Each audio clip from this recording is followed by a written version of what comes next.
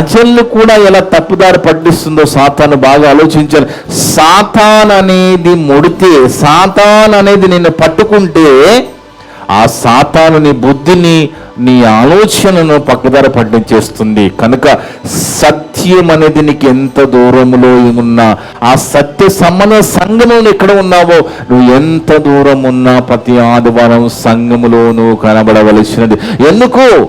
ఈ సంఘము పరలోకానికి ద్వారం. ఈ సంఘమే పరలోకానికి ద్వారము గనక, ఇదే పరలోకానికి ద్వారము గనక, ఇదే పరలోకానికి గవిని గనక, ఖచ్చితంగా ప్రతి ఒక్క విశ్వాసి సంఘములో కనబడాలి, సంఘములోకి రావాలి, సంఘములో వాక్యాన్ని వినాలి, నేర్చుకోవాలి, బ్రతుకులు మార్చుకోవాలి.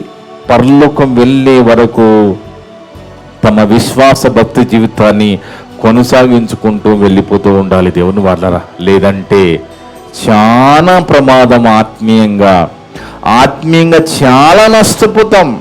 అలా నష్టపోకుండా ఉండాలంటే ముందుగా ప్రతి ఒక్క విశ్వాసికి అర్థం కావాల్సింది ఏంటి? సంఘం అనేది పరలోకానికి ద్వారం. ఇదే పరలోకానికి ద్వారం. నువ్వు ఇక్కడ ఉన్నావంటే ఇక్కడ నుండి పరలోకి వెళ్ళడానికి సులభంగా ఉంటుంది. నువ్వు ఇక్కడనే లేకపోతే, లోకములో ఉంటే నువ్వు ప్రమాదములో ఉన్నట్టు లెక్క.